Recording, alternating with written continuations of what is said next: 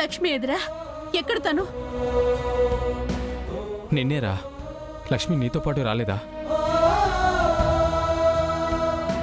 అయ్యా, లక్ష్మమ్మని బేలిచ్చి తీసుకొస్తామని చెప్పినారు కదయ్యా. లక్ష్మమ్మ ఎక్కడయ్యా? నిన్నేరా అడుగుతుంది. లక్ష్మి ఏది చెప్పు.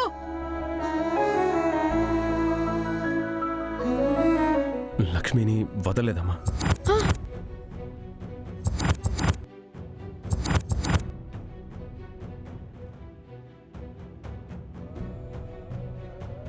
లక్ష్మిని ఎలాగైనా బెయిల్ మీద తీసుకురమ్మని చెప్పానా లేదా? లక్ష్మిని ఎందుకు తీసుకురాలేదు? లక్ష్మిని ఎలాగైనా తీసుకురావాలనే నేను వెళ్ళానమ్మా. కానీ బెయిల్ పేపర్స్ తీసుకెళ్ళినా లక్ష్మిని రిలీజ్ చేయించడం కుదరలేదు.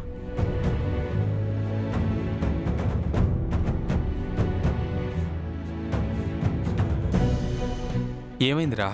మావయ్య, లక్ష్మిని బయటికి రానివ్వకుండా చాలా పెద్ద కుట్ర జరుగుతుంది.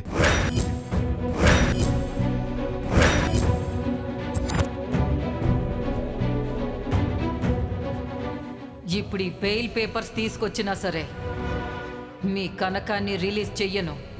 ఎందుకంటే తన మీద ఆ కేసు మాత్రమే కాదు, ఇంకొక కేసు కూడా ఎఫ్ఐఆర్ అయ్యింది. కానిస్టేబుల్స్,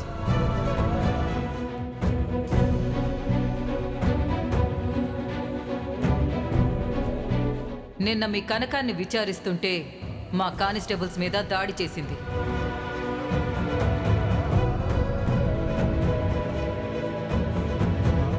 ఎవరెన్ని కుట్రలు పన్నినా, ఎవరెన్ని కుతంత్రాలు చేసినా నేను లక్ష్మిని ఎలాగైనా బయటికి తీసుకొస్తాను.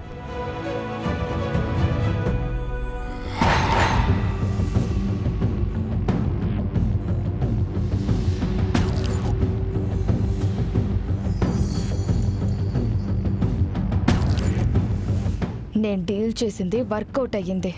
ఆ లక్ష్మికి బెయిల్ ఇవ్వకుండా ఎస్ఐ బానే అడ్డుకుంది. నెక్స్ట్ ఆ లక్ష్మిని కోర్టుకు తీసుకెళ్తారు.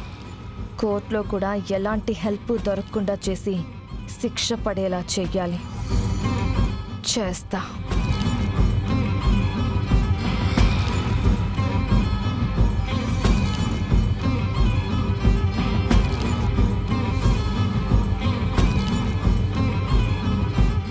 ఎవరెన్ని కుట్రలు పన్నినా, ఎవరెన్ని కుతంత్రాలు చేసినా నేను లక్ష్మిని ఎలాగైనా బయటికి తీసుకొస్తాను.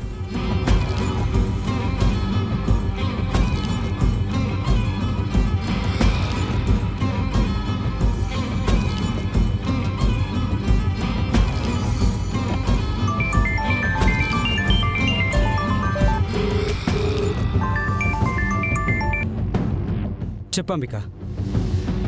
ఆ లక్ష్మి కేసుని క్రాస్ ఎగ్జామిన్ చేసే పబ్లిక్ ప్రాసిక్యూటర్తో మనం మాట్లాడాలి. దేనికి? ఆ పీపీ లాయర్ మన వైపు ఉంటే ఆ లక్ష్మిని కోర్టుకు తీసుకొచ్చాక మనం చెప్పినట్టు అతను వాదించి ఆ లక్ష్మిని మరింతగా ఈ కేసులో ఇరికించి అది జైలు నుంచి బయటకు రాకుండా కఠిన కారాగార శిక్ష వేయించొచ్చు.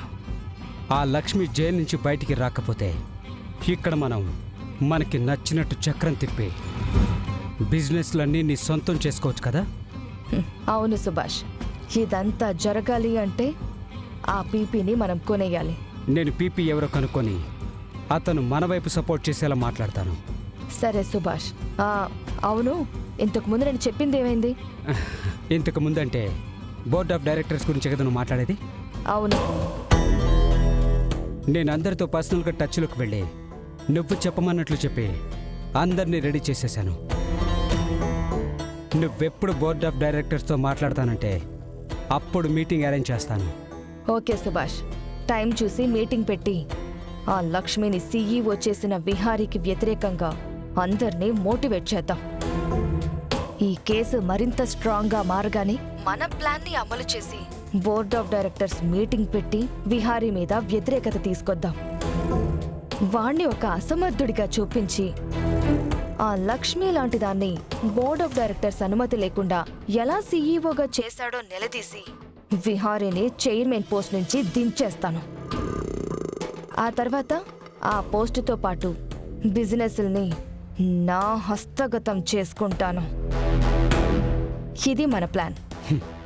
అంబిక, నువ్వనుకున్నట్లే జరుగుతుంది. ఓకే, జరగాలి సుభాష్. ఈసారైనా ఎలాగైనా జరగాలి. ముందు ఆ లాయర్ సంగతి చూడు. సరే అంబిక, నేను అదే పనిలో ఉంటాను. విహారీ, నీకు చెక్ పెట్టడానికి పావులన్నీ సిద్ధంగా ఉన్నాయి. ఆ లక్ష్మి నువ్వు ఇంకా నా నుంచి తప్పించుకోలేరు. ఇప్పుడు ఈ బెయిల్ పేపర్స్ తీసుకొచ్చినా సరే మీ కనకాన్ని రిలీజ్ చెయ్యను. ఎందుకంటే తన మీద ఆ కేసు మాత్రమే కాదు, ఇంకొక కేసు కూడా ఎఫ్ఐఆర్ అయ్యింది.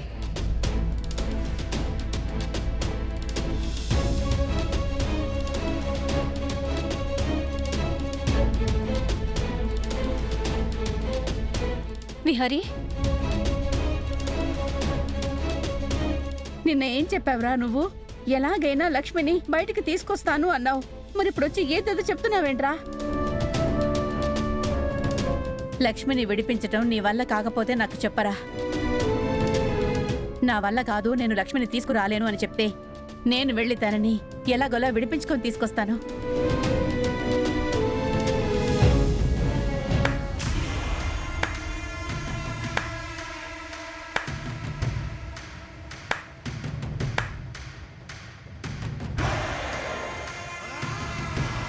అబ్బబ్బబ్బబ్బబ్బా! ఒక పని మనిషి కోసం మీరు పడుతున్న కంగారు, హైరానా ఎంత హైలైట్గా ఉన్నాయో తెలుసా?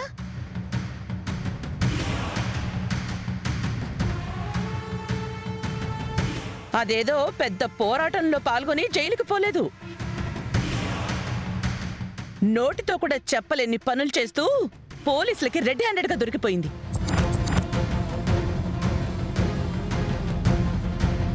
అక్క, లక్ష్మి వైపు నుంచి ఏ తప్పు జరుగుండదు. నమ్మకం, అదంటే ఎంత నమ్మకమో! ఒరేయ్ పండు, అమ్మా.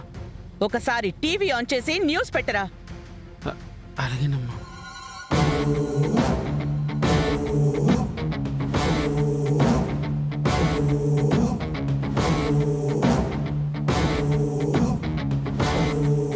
వ్యభిచారం కేసులో అడ్డంగా దొరికిపోయిన Vihari group of company CEO Kanaka మహాలక్ష్మిని విచారిస్తున్న పోలీసుల మీద తను చేయి చేసుకుంది.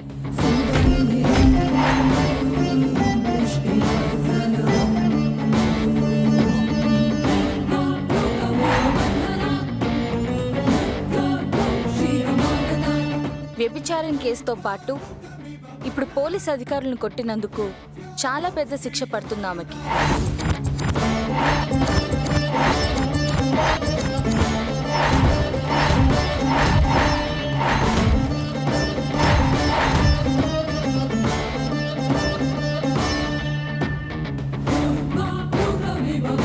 దీని వలన విహారీ గ్రూప్ ఆఫ్ కంపెనీస్ భవిష్యత్తు ప్రశ్నార్థకంగా మారింది. ఇలాంటి క్యారెక్టర్ ఉన్న కనక మహాలక్ష్మిని సీఈఓగా తీసుకోవడం ఏంటని చాలా మంది ప్రశ్నిస్తున్నారు.